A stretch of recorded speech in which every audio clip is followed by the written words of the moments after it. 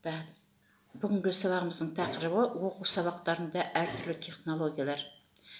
Негізгі қаралатын сұрақтар: дәстүрлі педагогикалық әдістер, педагогикалық эксперимент, педагогикадағы социологиялық әдістер.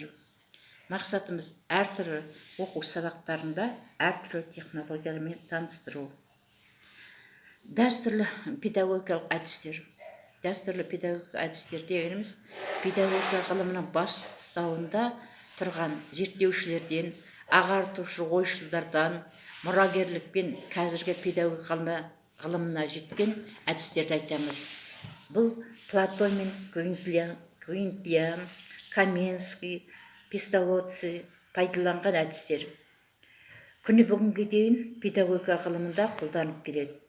Педагогикалық зерттеулердің дәстүрлі әдістеріне бақылау, тәжірибе, әдебиетті зерттеу, әңгіме жатады.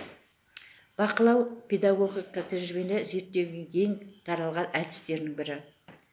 Ғылыми бақылау дегеніміз зерттеу нысанымызда үрдісті немесе құбылысты табиғи жағдайда арнайы ұйымдасқан қабылдауды айтады. Ғылыми бақылаудың күнделікті қарапайым бақылаудың айырмашылығы бар.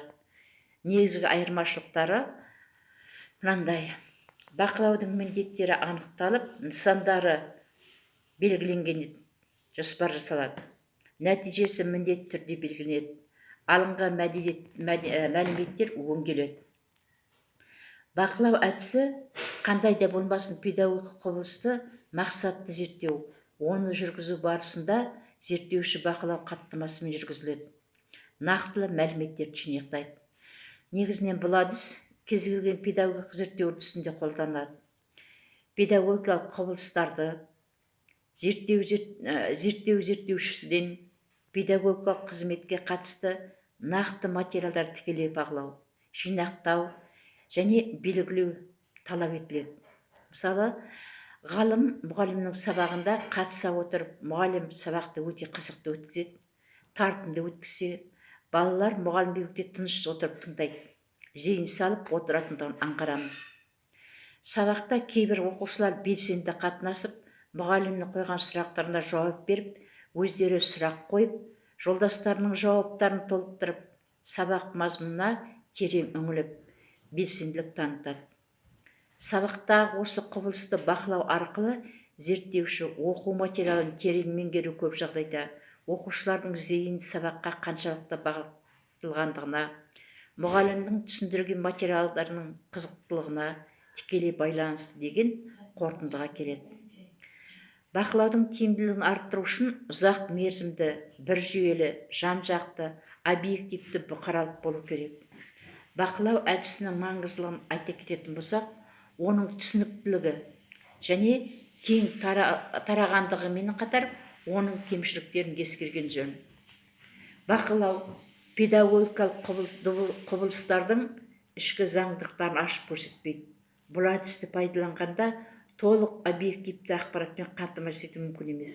Сондықтан бақылау әдісі көп жағдайларда зерттеудің бастапқы кезінде басқа зерттеулермен бірге қолданылады. Бақылау материалдары төмендегі құралдардың көмегімен тіркеліп отырады. Мысалы, хаттама, күнделік жүргізу, бейне таспалар, киноға түсіру сияқты.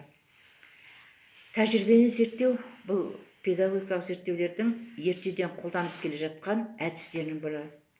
Кең мағынасында тәжірибені зерттеу әдісі тәрбиенің тарихи байланысын орнатуға, жалпы оқу тәрбие жүйелерін айқын көрсетуге бағытталған ұйымдасқан таным қызметі болып табылады.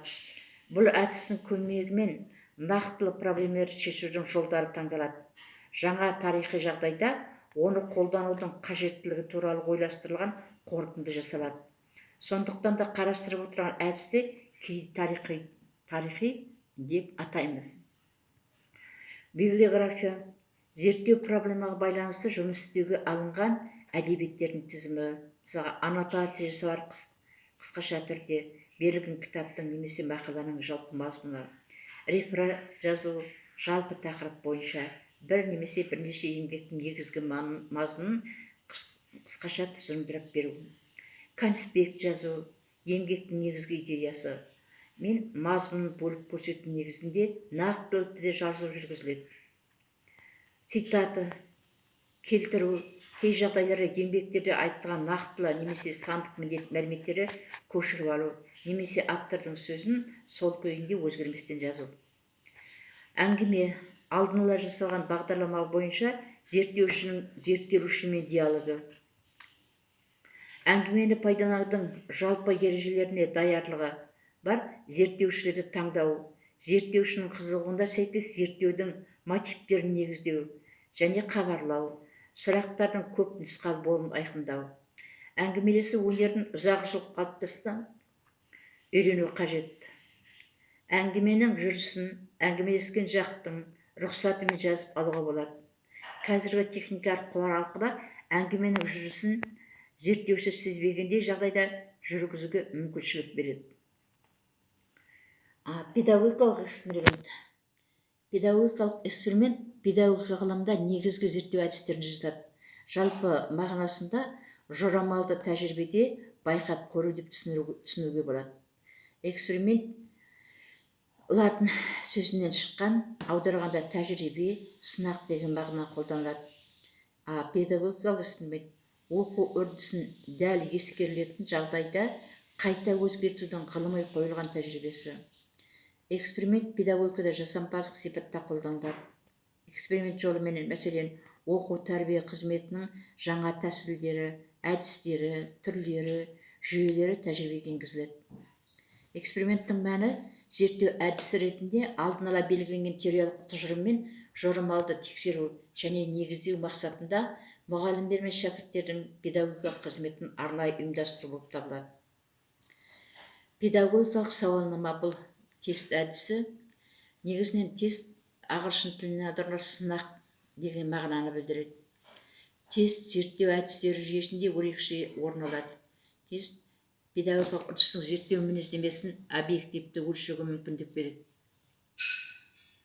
Және тестіге бір жағынан жаңа әдіс деп те қарауға болмайды. Олай дейтін себебіміз отандық педагогика ғылымында соңғы кезде ең қолданылып жүрген зерттеу әдісі өткен ғасырдың 80-90 жылдарында өзіне адамдардың дара ерекшелігін зерттей бастайды.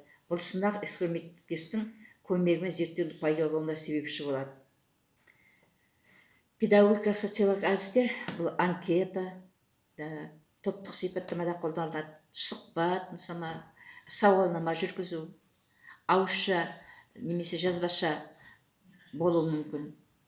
Анкета арнайы жасалынған сұрақтардың көмегімен жалпы материал жинау әдісі. Қазіргі кезде педагог зерттеуде анкеталар әртүрлі тип қолданылады. Мысалы, ашық анкета, жабық анкета сияқты.